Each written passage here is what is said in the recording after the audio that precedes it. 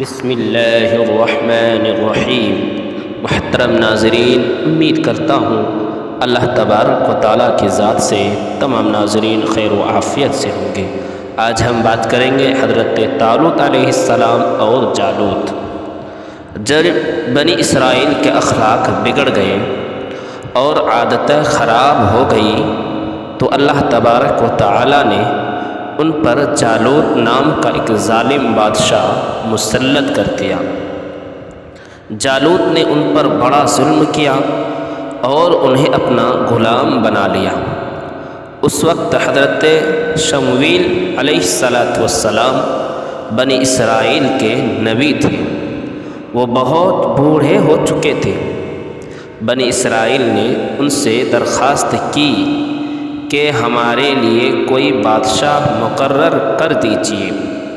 حضرت شمویل علیہ السلام نے اللہ تبارک و تعالیٰ کے حکم سے طالوت کو ان کا بادشاہ مقرر کر دیا۔